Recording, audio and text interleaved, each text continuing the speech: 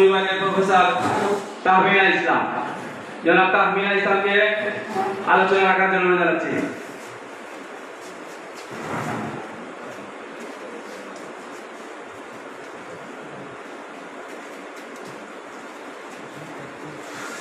আসসালামু আলাইকুম। একটা ছোট্ট অনুভূতি শেয়ার করতে চাই, বলবো? হ্যালো, এই প্রোগ্রামে যখন থেকে তাকে এমন একটা প্রোগ্রাম করব আমার যাবি আমি প্রতিষ্ঠান সম্পর্কে খুব বেশি কিছু জানি না। আমার একটা প্রশ্ন ছিল যে সেই প্রশ্নটা আমি সবাইকে করবো, মানে কিন্তু আমি প্রশ্নটা করার আগে আমি উত্তরটা পেয়ে গেছি। তো প্রশ্নটা যেটা আমার মনে এসেছিল, যেটা আমি করবো, সেটা হচ্ছে যে 1 বছর আগে এমসি কলেজে যে গ্রেফতার যখন ঘটনাটা ঘটেছিল, আমার প্রশ্নটা ছিল এরকম যে আমি চেয়েছিলাম হিউম্যান রাইট ডিফেন্ডার্স যারা আছেন তাদেরকে বলবো যে আসলে সেই সময় আপনাদের ভূমিকা কি ছিল। তো এই প্রশ্নটি করার আগে যখন আমার মন্তব্য বিষয়ে আমাদের একজন সিনিয়র আইনজীবী যিনি ওই মামলার একজন মানে আমিও তার পরিচয় পেলাম, তার কথাগুলো শুনলাম। আমরা একজন ভাইয়ার পরিচয় করে দিলেন আসমা আপার কথা। আসলে গর্বের মুখটা ভরে গিয়েছে এবং আমার আসলে একটা প্রশ্ন উত্তরটা আমি পেয়ে গিয়েছি যে আসলে হিউম্যান রাইট ডিফেন্ডার্স। আর আরেকটা অনুভূতি শেয়ার করে ফেলি, আমি যখন আমি আসলে কাউকে নাক করতে পারি না, যখনই কেউ সেটা যদি গ্রামে গঞ্জে বা প্রত্যন্ত এলাকা থেকে যদি আপনি বলেন আপা আমাদের এই প্রোগ্রামে একটু আসবেন, এখানে নারীদের একটা প্রোগ্রাম হবে বা এই সার্টিফিকেট, আমি বিশ্বাস করি না, বলো অনেক দূরে চলে যায়। আমি এটা খুব ভালোবাসি, কিংবা কোনো স্কুল কলেজে যদি অনেক দূরেও হয় আমি অ্যাকসেপ্ট করি, আমি কাউকে ফেরাই না। তো এই প্রোগ্রামে যখন আমাকে ইনভাইট করা হলো, যতদিন এত ভাই মন করেছেন আমি ফেরাতে পারিনি, কিন্তু টু বি ফ্র্যাঙ্ক আমাকে অনেক শুভাকাঙ্ক্ষীরা বলছিলেন এই ধরনের প্রোগ্রামে আপনি কেন যান, এইগুলোর কোনো বেস নাই, এই যাবেন আপনি দেখবেন এরকম সেরকম অনেকে কথা বলেছে। আমি বলেছি আমি যাই না, যেরকমই হোক আমি যদি 2টা ভালো কথা বলি, 10 জনের মধ্যে 2 জন মানুষ যদি সেই কথাগুলো শুনে সেটাই তো আমার সার্থকতা। আর যখন আমি শুনেছি যে প্রোগ্রামের প্রধান অতিথি থাকবেন আমার শ্রদ্ধেয় শাহিদ ভাই আছেন, আমার আসলে আর কোনো দ্বিধা হয়নি। আসলে এই প্রোগ্রামে সে যে কয়জন মানুষের কথা শুনছিলাম, আমি তাদেরকে মানে তাদের কথা শোনার থেকে আমি তাদের বাচনভঙ্গি শুনছিলাম যে তারা খুব প্রত্যয় নিয়ে কথা বলছে, তাদের চোখে মুখে একটা দৃঢ়তা আমি দেখেছি। আসলে আমার সেই দ্বিধা দূরীভূত হয়ে গিয়েছে, আমি অসম্ভব ভালো ফিল করছিলাম। এবং বিশেষ করে এত ইয়াং আইনজীবীরা এত মানে তারা কিছু ভালো কিছু করার তাগিদ থেকে এই ঐক্য পরিষদটা গঠন করেছে, তারা কিছু করতে চান, এটা আমাকে আসলে দারুণভাবে আন্দোলিত করেছে এবং আজকে এই অনুষ্ঠানে আসার সার্থকতা আমি অনুভব করছি। প্রধান অতিথি আমার অত্যন্ত শ্রদ্ধাভাজন হেমাদুল্লাহ শহীদ ভাই, যিনি আমার মাথার উপর মানে একটু গাইড, আমরা টিএমপিতে একসাথে সরাসরি কাজ করি, তারপর প্রতিষ্ঠানে দেখা হয় আছেন আজকে প্রতিষ্ঠানে আমরা যারা বিনিময় এসেছেন, বিশ্ববিদ্যালয়ে সবাই আলোচনা নাম করছি না। আজকে বিজয়ের মাসে এমনি ডিসেম্বর আমাদের বিজয়ের মাস, আমাদের মানে অনেক বেশি ভালোবাসার একটি মাস, সেই সাথে এই 10ই ডিসেম্বর বা আন্তর্জাতিক মানবাধিকার দিবস উপলক্ষে আজকে যে আয়োজন, আমি সবাইকে স্বাগত জানাচ্ছি। এবং আসলে বলা হচ্ছে যে মানবাধিকার, আমি জানি যে আমার মধ্যে যারাই আছেন স্বামীদের করে অনেক বেশি অভিজ্ঞ, বিশেষ করে যখন আমি শুনেছি যে এখানে সব লয়াররা থাকবেন, আমি একজন শিক্ষক, আমি কিন্তু মানবাধিকারের আমার কাজের একটা ফিল হচ্ছে মানবাধিকার, আমি এটা নিয়ে কাজ করি খুব আপনাদের মতো না। এখানে একটু জেলাস হচ্ছিল যখন আইনজীবী ভাই বলছিলেন যে মানবাধিকার নিয়ে কাজ করার সরাসরি সুযোগ আছে আসলে সাংবাদিক এবং আইনজীবীদের, একটু জেলাস ফিল করছিলাম যে আমি তো শিক্ষক, আমার আসলে কাজের সুযোগ নেই, কিন্তু আমি ছোটবেলা থেকেই স্বপ্ন দেখেছি মানুষের জন্য কিছু করার। একটা লং টাইম টিচিং নিয়ে আমি 20 বছর ধরে আমি শিক্ষকতা করছি। তো একটা সময় পীড়া দিত যে আমি তো শিক্ষকতা করছি, আমি তো কিছু করতে চেয়েছি, কিছু তো করা হচ্ছে না, আমি শিক্ষকতা করছি কেমন পাচ্ছি। কিন্তু একটা সময় কিভাবে যেন সিলেটের এই ভলান্টারি যে কাজগুলোর সাথে জড়িয়ে গেলাম, 2012-13 থেকে বিভিন্ন অনুষ্ঠানে যাওয়া শুরু করলাম। এখন অনেকে সোশ্যাল অ্যাক্টিভিস্ট বলেন, আমি প্রাউড ফিল করি মোর দ্যান, এটা একটা সুন্দর একটা পরিচয়। এবং বিশেষ করে গত বছর যখন এমসি কলেজে যে ঘটনা ঘটেছে, এর আগে আমি 4 বছর মালয়েশিয়াতে ছিলাম, আমি পিএইচডি করছি, আমার শেষ পর্যায়ে। তো 4 বছর মাত্র দেশে এসেছি, মানে 9 মাস বন্ধ ছিল প্লেন যোগাযোগ। আমি আসার 5 দিন বা 6 দিনের মাথায় এফসি কলেজের ঘটনা আমাকে ফারুক মহোদয় ফোন করলেন যে আপা মানে কালকে একবার 2-3 দিন সময় দিতেন, একটা প্রোগ্রাম আমরা সুজনের পক্ষ থেকে আমরা এটা রেডি করবো, আপনাকে একটা পেপার রেডি করতে হবে। আমি সেই ফারুক ভাই আমি আসছি, আমার কোনটা কোথায়, লেকচার কোথায়, আমি কোথায়, আমি কিছু বলি না, আমি তো কিছু করতে চাই না, আপনি একটা পেপার প্রেজেন্ট করবেন। তো আসলে সেই প্রোগ্রামে সর্বপ্রথম দাঁড়িয়ে একটা লিখিত পেপার আমি পাঠ করেছিলাম। আমাদের দাবি ছিল যে ধর্ষণের সর্বোচ্চ শাস্তি হবে মৃত্যুদণ্ড, এবং এর পরবর্তীতে কিন্তু এবং পুরো দেশে আসলে উত্তাল হয়ে গিয়েছিল, তার প্রেক্ষিতে সেই হয়েছে। এবং এর দেশটা দেখেন কেমন হলো যে ওই প্রোগ্রামের পর এই 1 বছরে মনে হয় 30টির মতো টক শো, রেডিও টক করতে হয়েছে যে ভায়োলেন্স এগেইনস্ট উইমেন। ফোন করে আপা আপনি এটা নিয়ে কাজ করেন, আমি এসিড ভায়োলেন্স নিয়ে কাজ করছি, আমার পিএইচডির বিষয় হচ্ছে এসিড সহিংসতা, আপনি তো যদি কাজ করেন আপনি আমাদের টক শোতে কাজে থাকবেন। এরকম হয়েছে, সকালে ফোন করে আপা আজকে রাত 3টায় লন্ডন থেকে ফোন করেছে, রাত 3টায় আপনি কি একটু থাকতে পারবেন? আমি বললাম বিষয়টা কি? বিষয় আপা আপনার বিষয়। আসলে কাজ করলে কাজের অভাব হয় না, কাজ করতে চাইলে, ভালো কিছু করতে চাইলে আপনাকে কাজ খুঁজে নেবে। এখানে অনেকে কিন্তু রাত্রি দেখছিলাম, অনেক ভাই বলছিলেন যে আসলে আমরা কাজ করতে চাই। আমি বিশ্বাস করি আপনি যখন লালন করবেন, আপনি যখন কিছু করতে চাইবেন, কাজই আপনাকে খুঁজে নেবে এবং আপনি সেই ভালো কাজগুলো করবেন। আমাদের নাসিমা যে বোনটি একটা চমৎকার কাজ করছেন, তিনি কিন্তু কাজে নেমেছেন, কাজ করে যাচ্ছেন, কাজটাকে খুঁজে নিয়েছে। এবং এখানে যারা মঞ্চে বসে আছেন, আমি প্রত্যেকের কথা শুনছিলাম কি সুন্দর কাজ করেন। আমি আসলে যারা খুব কাজ করে আমি তো জেলাস ফিল করি যে এত সুন্দর তারা কাজ করেন, আমি কেন আরো বেশি কাজ, আমি তাদের মতো কেন করতে পারি না, আমি কেন ইনভলভ হতে পারি না। তো আজকে এই যে হিউম্যান রাইটস, আসলে আমি বিশ্বাস করি যে আমাদের শামীম ভাই ওনার সামনে এই হিউম্যান রাইটস নিয়ে কিছু বলার মতো সাহস আমার নেই। তো আমরা একটু করে যেহেতু বলা, আমি তো গল্প করে বলবো যে আসলে হিউম্যান রাইটস হচ্ছে মানবাধিকার। বলা হচ্ছে যে আমাদের আমরা যদি একটু ডেফিনেশন আকারে দেখি, আমি ইউনাইটেড নেশনস যে ডেফিনেশনটা দিয়েছে, একটু ডেফিনেশন আকারে বলছে যে হিউম্যান রাইট আর those rights which are inherent in our nature and without which we cannot live as human beings. Human rights are as fundamental freedoms allow us to fully develop and use our human qualities, our intelligence, our talent, our own consciousness, and to satisfy our spiritual and other needs. আসলে মানবাধিকার বলতে বোঝায় যে সেই সব অধিকার যেটা একেবারে জন্মগতভাবে সে ধারণ করে, সে পেতে পাওয়ার অধিকারটা সে জন্মের সাথে সাথে এই অধিকারগুলো তার বর্তায়। এবং আমাদের মতো দেশে বা বিশ্বে আসলে এই হিউম্যান রাইটস কোনো কনস্টিটিউশন দ্বারা আসলে স্বীকৃতি হয়, নানা আইন দ্বারা স্বীকৃতি হয়। এবং আমরা যদি দেখি যে মানবাধিকার দিবসটি যখন সেকেন্ড ওয়ার্ল্ড ওয়ারের পর বিশ্বে বিভীষিকা নেমে এসলো, তখন বিশ্বের নেতারা মনে করলেন যে না, আমাদের কিছু করা উচিত। এই সম্মিলিত প্রয়াস থেকেই আসলে যখন একসাথে বসলেন 48 সাল এবং পরবর্তী 50 স্বীকৃতি পেল, এবং এভাবে আসলে হিউম্যান রাইটসের যে বিষয়টি শিখে গেল। এবং এর পেছনে আরো অনেকগুলো ইস্যু কাজ করেছে। Magna কার্টা 1250, Geneva Convention 1864, Universal Declaration of Human Rights 1948, the United Nations Charter 1945, এবং International Convention of Civil and Political Rights 1966, CEDAW, different এবং আরো যে সমস্ত কনভেনশন সেগুলো কিন্তু ব্যাকগ্রাউন্ড হিসাবে কাজ করেছে। এবং আমরা আসলে বিশেষ করে আমরা যারা হিউম্যান রাইটস নিয়ে কাজ করি, মানবাধিকার কর্মী, আমাদের অন্যতম যে মাইলফলক সেটা হচ্ছে universal declaration of human rights. হ্যাঁ, এই 30টি যে রাইটস আছে, এই জিনিসগুলো আমাদের ধারণ করা দরকার, আমাদের জানা দরকার। তো আমি 30টি রাইটস নিয়ে বলছি না, আমাদের এবারের যে প্রতিপাদ্য বিষয়, আমাদের এবারের যে হিউম্যান রাইটসের প্রতিপাদ্য বিষয় আমরা দেখছি যে সমতা ও বৈষম্যহীনতা মানবাধিকার অগ্রগতির মূল মন্ত্র।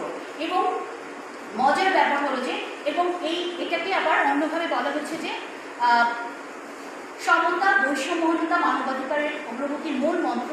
আবার আমি পেপারে দেখেছি যে এভাবে বলা হচ্ছে বৈষম্য বুঝাও, সাম্য বাড়াও, মানবাধিকারকে সুরক্ষা দাও। আর আমরা ইউনাইটেড নেশনস যেটা বলছে reducing inequality and advancing human right.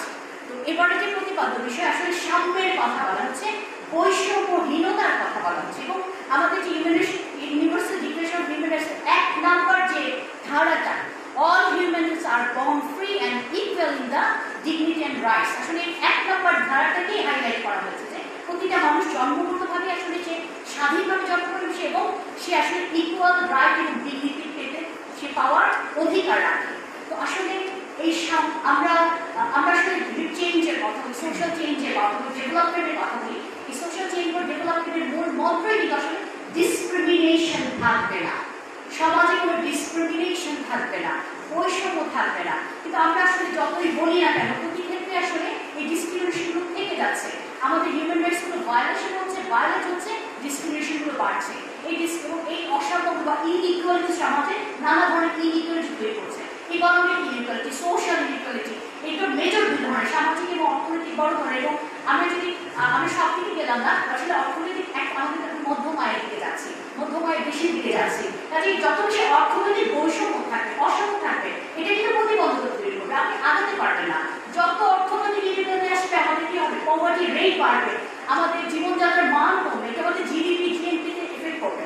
আবার আমরা যদি সোশ্যাল ইনইকুয়ালিটি, আমাদের বৈষম্য, আমাদের সামাজিক জীবনে আমরা চলতে ফিরতে, এই যে আমরা নারী অধিকারের কথা বলছি, কিংবা আমাদের হেলথ রাইটস, আমাদের এডুকেশন রাইটস, এই সামাজিক যে দিকগুলোতে যে বৈষম্য, আমরা একটু চোখ দিয়ে আমাদের শিক্ষা ব্যবস্থা দিকে, আমাদের ছোট একটা দেশে এত ধরনের শিক্ষা ব্যবস্থা কেন? আমার সন্তান পড়ছে ইংলিশ মিডিয়ামে, আপনার সন্তান পড়ছে দেশের একটা সাধারণ স্কুলে, ওই সন্তান পড়ছে একটা কিন্ডারগার্টেনে। এত বৈষম্য, একটি এরিয়াতে বসবাস করে একজনের আমি যাচ্ছি গাড়ি দিয়ে অফিসে, আরেকজন যাচ্ছে রিক্সায় করে। আমাদের অর্থনৈতিক ইনইকুয়ালিটি এত বেশি চোখে দেখা পড়ে।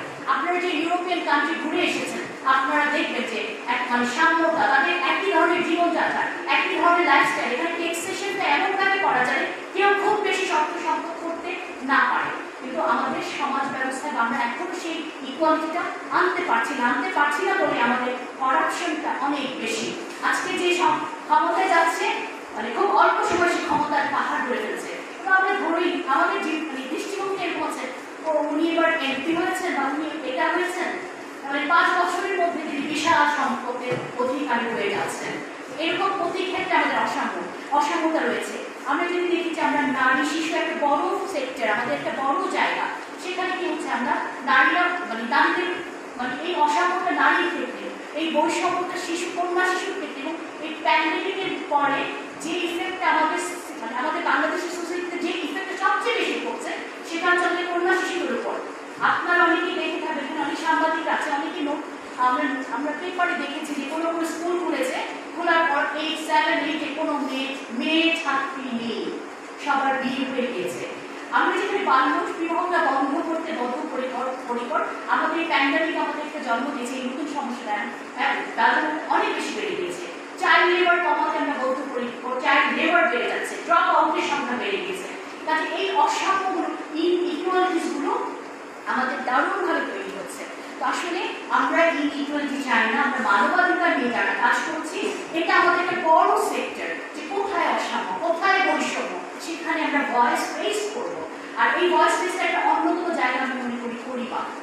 একটা মানুষ বৈষম্যের শিকার হয়, আপনারা আমার সাথে একদিমত করতে পারেন, পরিবারের বৈষম্য শিকার হয়, কিন্তু আমরা এই পরিবারগুলোতে যদি আমরা ভয়েস রেজ করি, আমার পরিবার থেকে যদি আমি ছেলে মেয়ে শিশুর মধ্যে বৈষম্যটা না করি, আমার ছেলে সন্তানকে যদি শিক্ষা দিই যে না তোমার বোন সেও এটা পাওয়ার অধিকার রাখে, তাহলে কিন্তু ওই ছেলেটি, ওই সন্তানকে ছোটবেলা থেকেই কিন্তু সে এই নর্মসটা অ্যাডপ্ট করে বেড়ে উঠবে, সে বৈষম্যহীন হবে। আমি আজকে এই জায়গায় এসেছি কারণ আমার পরিবার বৈষম্য করেনি।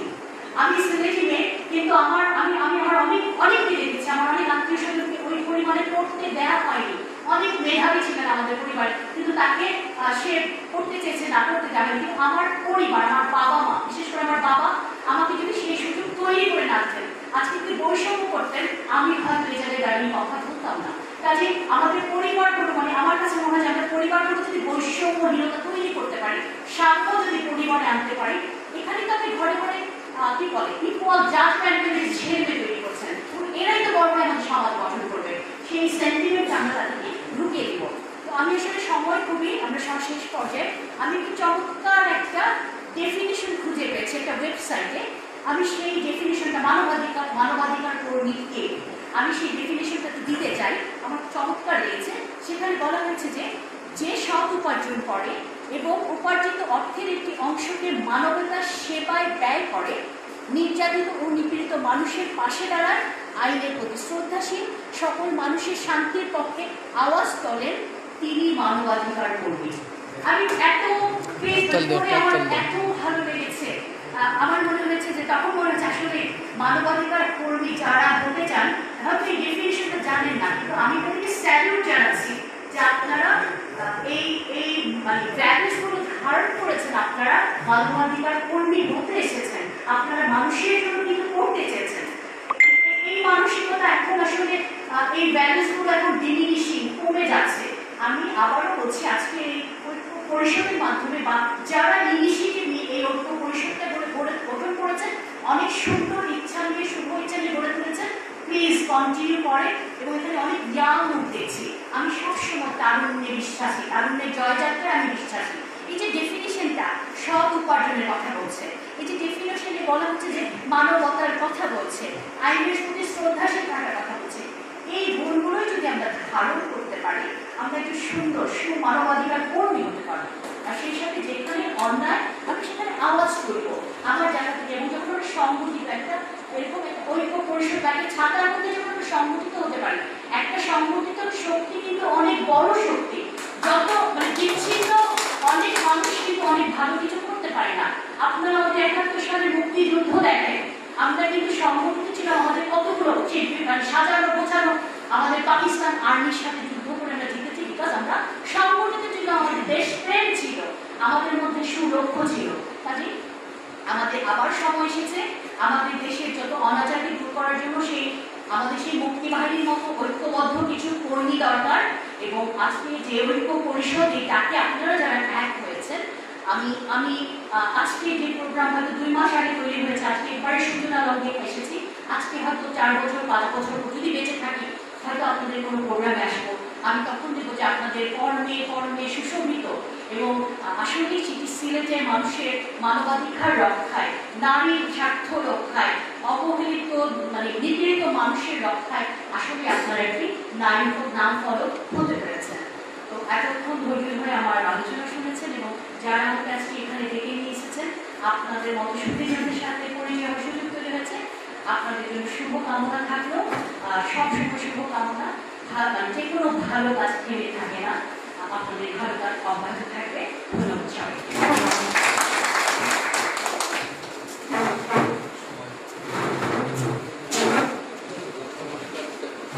ধন্যবাদ। অত্যন্ত তাৎপর্যপূর্ণ এবং উৎসাহ আলোচনা আসবেন আমাদের আজকের এই সভার আলোচনা সভা আলোচক প্রফেসর তাহমিনা ইসলাম। সম্মানিত প্রিয় উপস্থিতি, আজকে আমাদের দুজন মানবিক সাংবাদিক, মানবাধিকার কর্মী, একজন আইপোস্টার টাইমস সিলেটের সম্মানিত সম্পাদক, বাংলাদেশ মানবাধিকার বাস্তবায়ন সংস্থা সিলেট জেলা শাখার সম্মানিত সিনিয়র সদস্য এনামুর রহমান ভাই, এবং আরেকজন মাই টিভির সাংবাদিক, যিনি মানবিক সাংবাদিক আমরা বলি যাকে, শাহিন আহমদ ভাই। সবাইকে ধন্যবাদ। প্রিয় উপস্থিতি, এ পর্যায়ে প্রধান অতিথির আলোচনা নিয়ে আসছেন সিলেটের সামাজিক অঙ্গনের, পেশাজীবী অঙ্গনের এবং যিনি আইনি পেশায় দীর্ঘদিন ধরে সিলেটের জেলা বারে আছেন, আমাদের অত্যন্ত প্রিয় মুখ, সিলেট জেলা আইনজীবী সমিতির সম্মানিত সাবেক সভাপতি, আজকের এই সভার সম্মানিত প্রধান অতিথি জনাব এমাদুল্লাহ শহীদুল ইসলাম অ্যাডভোকেট।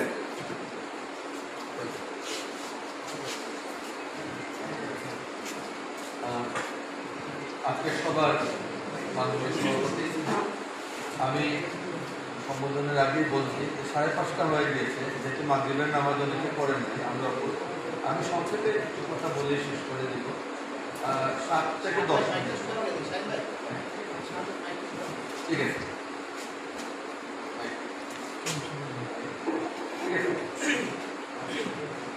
আজকের সিলেট বিভাগীয় মানবাধিকার ঐক্য পরিষদ কর্তৃক আয়োজিত আন্তর্জাতিক মানবাধিকার দিবস উপলক্ষে এই আলোচনা সভার আমার অত্যন্ত প্রিয়ভাজন সভাপতি আতাউল ভাই, তিনি একসাথে মানবাধিকারের কাজ করেন। তিনি একই সাথে একজন জনপ্রতিনিধি। জগন্নাথপুর বাংলাদেশের একটি বড় কয়েকটি উপজেলার মধ্যে একটি উপজেলা, সেই উপজেলার চেয়ারম্যান, এবং তিনি সবসময় তার আজকে তাহমিনা ইসলাম যে সংজ্ঞাটা করলেন, তিনি যে রুজি রোজগার করেন তার এক অংশ মানুষের কল্যাণে, এবং আমাদেরকে নিয়ে তার বাড়িতে স্কুল করেছেন, তার বাড়িতে বিভিন্ন অনুষ্ঠান করেছেন, ওগুলোতে আমাদেরকে নিয়ে। আজকের এই অনুষ্ঠানের মুখ্য আলোচক অধ্যাপক তাহমিনা ইসলাম। আমরা একই সাথে বিভিন্ন সংগঠনের বিভিন্ন সংস্থায় কাজ করি। তিনিও তার বাড়িতে তার অর্জিত আয় দিয়ে সেখানে বৃত্তি প্রদান করেন, স্কুলের বিভিন্ন অনুষ্ঠান করেন। সিলেট থেকে আমাকে তিনিও তার বাড়িতে এছাড়াও এই যে মালয়েশিয়াতে তিনি পিএইচডি করছেন, ওখান থেকেও তিনি অনলাইনে আমাদের এই কর্মসূচিগুলোতে অংশগ্রহণ করেন। শহীদুজ্জামান চৌধুরী, আমি বলছিলাম পরশুদিন এনজিও ব্যুরোর ডিরেক্টর আসলেন, তা আমাকে বলছেন যে সুনামগঞ্জের একজন আইনজীবী তো শহীদুজ্জামান চৌধুরী, উনি হাইকোর্টেও প্র্যাকটিস করতেন তখনও, আর সিলেট সুনামগঞ্জেও করতেন, এত প্রশংসা করছেন। আমি শহীদুজ্জামানকে আজ বলি নাই, আজকে একটু আগে বললাম যে এইভাবে উনি আপনার তো সাংঘাতিক প্রশংসা করছেন। শহীদুজ্জামান ভাই এখানে যে বক্তব্যগুলো দিয়েছেন, এটাই কিন্তু আমার বক্তব্য। মানবাধিকার কর্মীরা, আমরা শুধু মানবাধিকার কর্মী নাম করলে হবে না, কিছু তো কাজ করতে হবে, এবং কাজ করতে গেলে যে এক একটা দিকে কাজ করা লাগে। প্রধানত উনার যে ক্ষেত্রটা শহীদুজ্জামান ভাইয়ের, সেটা হচ্ছে দুর্নীতি বিরোধী, এবং দুর্নীতি দমন কমিশন আইন, যেটা দুদক আইন, সেই আইনের উপর উনি বইও লিখেছেন। বই অবশ্য আরও লিখেছেন, গ্রাম আদালতের উপরও লিখেছেন, কিন্তু দুদকের বিষয় নিয়ে কেউ যদি কোনো মামলা মোকদ্দমা করেন, উনি কিন্তু দুদকের কোথাও দুর্নীতির খবর জানলে উনি মামলা করেন, নিজের থেকে নিজের খরচে নিজের সময় দিয়ে মামলা করেন। সুনামগঞ্জের হাওরের বাঁধগুলো দিয়ে উনি মামলা করেছেন। তারপরে ওইখানে কর্মচারী, চতুর্থ শ্রেণীর কর্মচারী নিয়োগে যে দুর্নীতি হলো, সেটা নিয়ে তিনি মামলা করেছেন। সিলেটে ওইভাবে করেছেন। এবং আজকে তিনি যে কথাগুলো বললেন, এই একটা ইস্যু নিয়ে যদি আমরা কাজ করি, আমরা অনেকগুলো কাজ আমরা করতে পারি। এখানে অন্যান্য যারা আছেন, অতিথিবৃন্দ, যে লিয়াকত আলী খান ভাই আছেন এবং অন্যান্যরা আছেন, সবাই কিন্তু মানবাধিকার নিয়ে লাগাতারভাবে কাজ করেছে। আমি কাজী একরাম, আমার অনুজ প্রতিভ, উনি ওনার সস্ত্রীক এসেছেন, উনি কিন্তু বারবার আমাকে কাজটা দিচ্ছেন, আপনি এখানে আসেন, কর্মসূচি হবে। তাই হোক, এই জন্য আমি সবার কাছে কৃতজ্ঞতা প্রকাশ করি। এবং এখানে সবাই আমার অত্যন্ত পরিচিত। বুকে যে এনামুল, উনি পুলিশ বিভাগে আছেন, কিন্তু যখনই সুলতানা কামালের প্রোগ্রাম হয়, ওই 4 তলার উপরে 10 তলার উপরে দেখেন এনামুল সেখানে, অর্থাৎ মানবাধিকারের সেখানে, এনামুল সেখানে। আমি দু চারটি কথা বলে শেষ করব। মানবাধিকার প্রসঙ্গে বলতে গেলে আমাদের কাজ করব আমরা ব্যাপক প্রসারিত ক্ষেত্রে, কিন্তু মানবাধিকারের ক্ষেত্রটাকে আমাদের চিহ্নিত করতে হবে। অর্থাৎ কোনটাকে মানবাধিকার এবং কোনটা আইনি অধিকার, সেটা আমাদের একটু পার্থক্য করে দিতে হবে। সব অধিকারই কিন্তু মানবাধিকার নয়। অনেক অধিকার আছে আইনত অধিকার, অনেকগুলো আছে মানবাধিকার। আমি একটা কথা বলি, হাইকোর্টে যখন আপনারা রিট মামলা করতে যাবেন, তখন হাইকোর্ট প্রথমেই বলবে আপনার এই যে বিষয়টা নিয়ে এসেছেন, এটা কিভাবে মানবাধিকারের অন্তর্ভুক্ত হয় আপনি বুঝিয়ে বলবেন। তারপরে বলবে এটা নিয়ে অন্য কোথাও আপনার উপকার পাওয়ার সুযোগ আছে কিনা, প্রতিকার পাওয়ার, অন্য কোনো আদালতে মামলা করতে পারবেন কিনা, অন্য কোনো আইনে এটা কভার করে কিনা, যদি করে তাহলে এখানে হবে। অর্থাৎ মানবাধিকার এবং আইনের অধিকারের মধ্যে বেশ কিছু পার্থক্য। মানবাধিকার সম্পর্কে তাহমিনা বলেছেন, আমাদের এই যে পৃথিবীর কয়েক লক্ষ বছরের যে ইতিহাস, আদিম যে সাম্যবাদী যুগ ছিল, সেই যুগ থেকে মানুষ একটা পর্যায়ে দাস যুগে আসলো, দাস যুগ থেকে সামন্ততান্ত্রিক যুগে আসলো, তারপরে ধনতান্ত্রিক যুগে আসলো, ধনতান্ত্রিক যুগ থেকে কিছু কিছু দেশে সমাজতান্ত্রিক ব্যবস্থা হলো, আবার সেখান থেকে ঘুরপাক খাচ্ছে। প্রতিটি যুগেই কিন্তু মানুষে দ্বন্দ্ব ছিল, শোষণ ছিল, শোষণের অবসান। আদিম সাম্যবাদী যুগের কথাই বলে, আদিম সাম্যবাদী যুগে যখন মানুষ আস্তে আস্তে খাদ্য ইত্যাদি সংগ্রহ করতে শুরু করলো, তখন দাস সমাজে দাস সমাজে কারা দাস? যখন দুটো গোত্রের মধ্যে যুদ্ধ হলো, সংঘাত হলো, সংগ্রাম হলো, এবং যারা পরাজিত হলো তাদেরকে তারা ধরে নিয়ে যেত যুদ্ধবন্দী করে এবং তাদেরকে দাস করে, এবং তারা সারা জীবন দাস হিসেবে তারা কাজ করতে হতো এবং সেখানে তারা থাকত। পরে ধীরে ধীরে ধীরে ধীরে সমাজে যুদ্ধ বিগ্রহ এগুলো আধুনিকতা পেল, আধুনিক রূপ হলো, কিন্তু সেই আদিম যে কথা সেটা থেকে গেল। যুদ্ধবন্দীদেরকে নানাভাবে নির্যাতন করা হলো, যুদ্ধবন্দীদেরকে দাস হিসাবে ব্যবহার করা হলো, এটা কিন্তু প্রচলন থেকে। তখনই কিন্তু রাষ্ট্রনায়করা চিন্তা ভাবনা করতে শুরু করলেন যে আজকে আমরা যুদ্ধে জিতেছি, কালকে তো হেরে যেতে পারি, হেরে গেলে আমাকেও তারা এইভাবে বন্দী করে। তাহলে আমাদের কিছু নিয়ম শৃঙ্খলা করা উচিত, যুদ্ধের মধ্যে একটা শৃঙ্খলা। প্রথম বিশ্বযুদ্ধ 1917 সালে হলো, যে কয়েক বছর ব্যাপী। দ্বিতীয় বিশ্বযুদ্ধ 1945 সালে শেষ।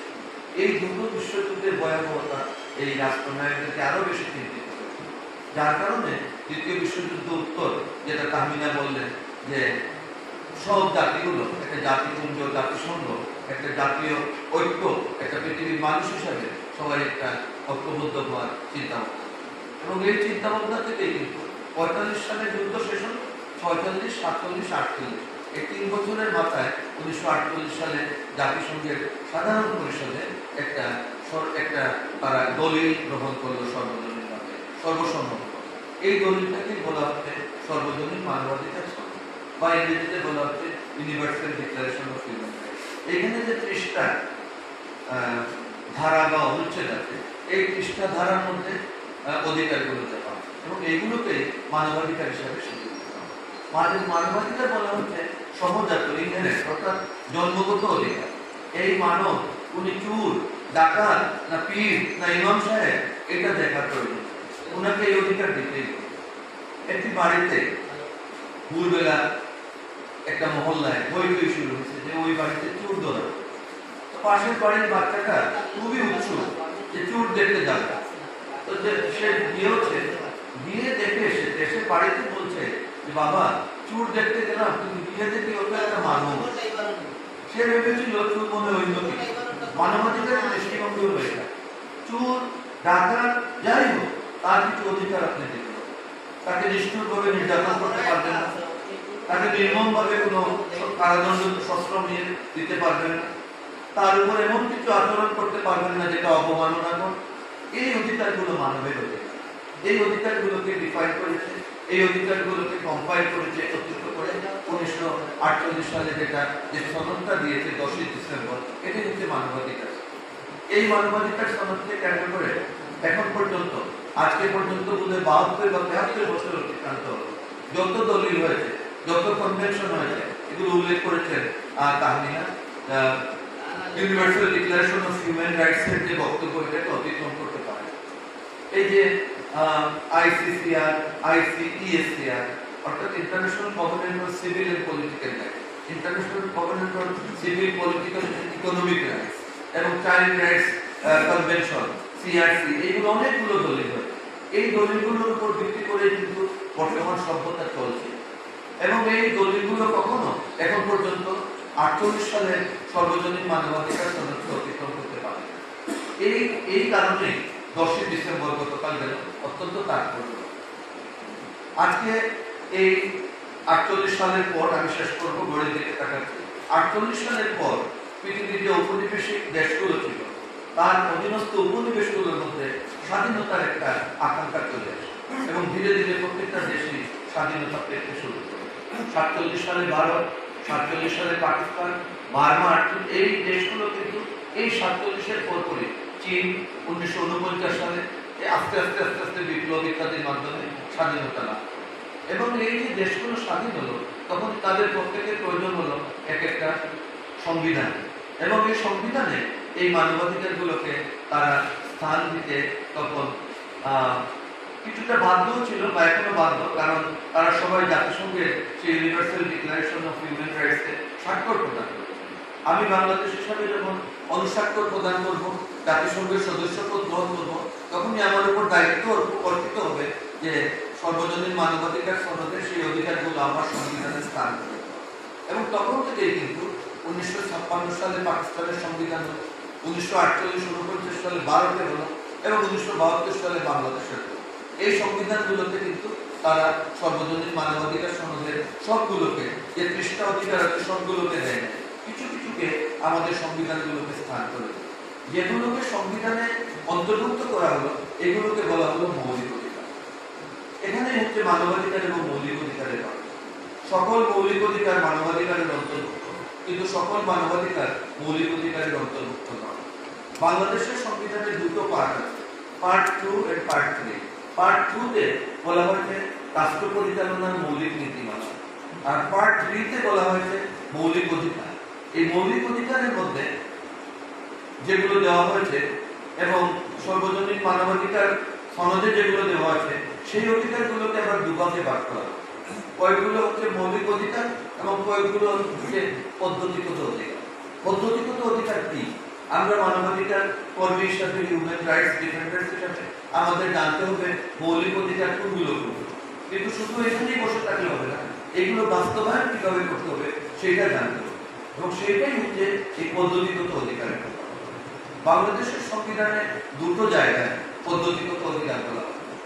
মৌলিক অধিকারের মধ্যে 44 অনুচ্ছেদে বলা হয়েছে যদি কেউ বাংলাদেশের কোনো নাগরিক বা বাংলাদেশে অবস্থানরত বিদেশি নাগরিক, তার ক্ষেত্রে কিছু অধিকার আছে, যদি কোনো মৌলিক অধিকার থেকে বঞ্চিত হন তাহলে সংবিধানের 102 অনুচ্ছেদ অনুযায়ী তারা বাংলাদেশ সুপ্রিম কোর্টের হাইকোর্ট বিভাগে একটা দরখাস্ত দিতে পারে।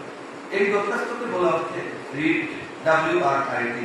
এই দরখাস্ত আমরা যখন সুপ্রিম কোর্টের আইনজীবীর কাছে যাই উনি অনেক কষ্ট করে লিখেন, কিন্তু মনে রাখবেন এত কষ্ট করে যিনি লিখছেন ভালো, কিন্তু আমি সাধারণ মানুষ, আমার টাকা নাই, পয়সা নাই, আমি একজন হিউম্যান রাইটস ডিফেন্ডার, আমি আইনজীবী নই, কিন্তু আইনজীবী না হয়ে সাধারণ একটা কাগজে আমরা যদি নিয়ে বিচারপতির কাছে দাখিল করি এটা উনি গ্রহণ করতে পারি এবং উনি এটা গ্রহণ করেন। এমনকি মৌখিকভাবেও যদি কেউ কোনো মৌলিক অধিকারের দাবি করে হাইকোর্ট এটা মানে অনেক সময় এটাকে অ্যাপ্রিসিয়েট করে, ওইটাকে গ্রহণ করে। এমনকি হাইকোর্টে কেউ কোনো দরখাস্ত যদি নাও দেয়, সংশ্লিষ্ট বিচারপতি ওইটাকে ল্যাটিন শব্দ সুমোটো স্বতঃপ্রবৃত্ত হয়ে নিজে থেকেও কখনো কখনো মানবাধিকার লঙ্ঘনের ব্যাপারে পদক্ষেপ গ্রহণ করে। সুতরাং দেখা যাচ্ছে হিউম্যান রাইটস ডিফেন্ডার হিসেবে এই কথাগুলো আমাদের জানা দরকার এবং কিভাবে অতি সহজে পদ্ধতিগতভাবে এটাকে বাস্তবায়ন করা যায় সেই ক্ষেত্রে যেতে হবে। ছোটখাটো বিষয়ে যে কোনো একটা বিষয়ে হয়তো কোনো না কোনোভাবে ইট ইজ কানেক্টেড মানবাধিকারের সাথে, কিন্তু এটা আইনি অধিকার যদি হয় সেই ক্ষেত্রে কি আমরা মানবাধিকার বলার কি করবো? মানবাধিকার এবং মৌলিক অধিকার বলার কি করবো? মৌলিক অধিকার যেগুলোকে বড় দাগে লঙ্ঘিত হচ্ছে বা মাঝারি ক্ষুদ্র দাগে সেগুলোকে চিহ্নিত করে লিপিবদ্ধ করে আমরা যদি কোথায় পদ্ধতিগতভাবে বলা হয়েছে সেখানে নিয়ে যেতে পারি। বছরে এখানে যে 30টা অর্গানাইজেশন ঐক্যবদ্ধ হয়েছে, প্রত্যেকটা অর্গানাইজেশন অন্তত যদি 10টা এই ধরনের দৃষ্টান্ত স্থাপন করতে পারে তাহলে দেখবেন এই ঐক্য পরিষদটা একটা দৃষ্টান্ত সৃষ্টিকারী পরিষদে দাঁড়াবে। সুতরাং আমাদেরকে, যেটা অ্যাডভোকেট শহীদুজ্জামান চৌধুরী বলেছেন, এই পরিষদের পক্ষ থেকে আমাদেরকে কিছু সেমিনারের আয়োজন করতে এবং সেই সেমিনার এবং কর্মশালাগুলোকে শুধু আলোচনার মধ্যে সীমাবদ্ধ না রেখে একটা গঠনমূলক প্রক্রিয়ায় ট্রেনিং সেশন নিয়ে সেইগুলোকে বাস্তবায়ন করতে হবে। আমি শেষে চলে যাচ্ছি। স্টেট অফ হিউম্যান রাইটস বলতে জাতিসংঘ মানবাধিকারের কোন পর্যায়ে কোন দেশ আছে প্রতি বছর তারা একটা প্রতিবেদন রাখে। আমেরিকা আলাদা হবে, ইউরোপিয়ান ইউনিয়ন হবে। বাংলাদেশের মানবাধিকার পরিস্থিতি কোন পর্যায়ে গিয়েছে আজকে আপনারা দেখেছেন যুক্তরাষ্ট্র বলেছে ব্যক্তিগতভাবে বাংলাদেশে র্যাবের প্রধানকে সেখানে তারা কালো তালিকা। কারণ হচ্ছে কি, এই যে এক্সট্রা জুডিশিয়াল কিলিংস যেটাকে বিচার বহির্ভূত হত্যাকাণ্ড, বিচার বহির্ভূত গুম, এগুলো কিন্তু যখন আসবে তখন একদিকে এইগুলো বলবো আর একদিকে আইনের শাসন দিতে হবে। সুতরাং গুম এবং খুন মুক্ত বাংলাদেশ, গুম এবং খুন মুক্ত পৃথিবী, এটাই হচ্ছে মানবাধিকারের প্রথম। এবং বিচার বহির্ভূত আমরা আইনজীবী, অথচ আমরা দেখতে পাচ্ছি যে বিচার বহির্ভূত কর্মকাণ্ড বাংলাদেশে হচ্ছে, আমরা করতে পারছি না। এটা হচ্ছে অসহায়। মানবাধিকারের এই যে হাহাকার, এই হাহাকারের মুখে দাঁড়িয়ে আজকে মানবাধিকার দিবসের তাৎপর্য অত্যন্ত বেশি এবং এই অবস্থায় আজকে বিভাগীয় মানবাধিকার ঐক্য পরিষদ যে এই কর্মসূচিটার আয়োজন করেছেন, আমি মনে করি তাদের কর্মসূচিটা অত্যন্ত সাহসী কর্মসূচি, তাদের প্রতি কৃতজ্ঞতা জানাচ্ছি। পরবর্তী কোনো কর্মসূচি যদি হয় এইভাবে এই যে কর্মশালা ইত্যাদি, সেগুলোতে আমরা আমাদের মতো করে অংশগ্রহণ চেষ্টা করব। এই প্রতিশ্রুতি দিয়ে আমি সবাইকে ধন্যবাদ জানিয়ে আমার বক্তব্য শেষ করব।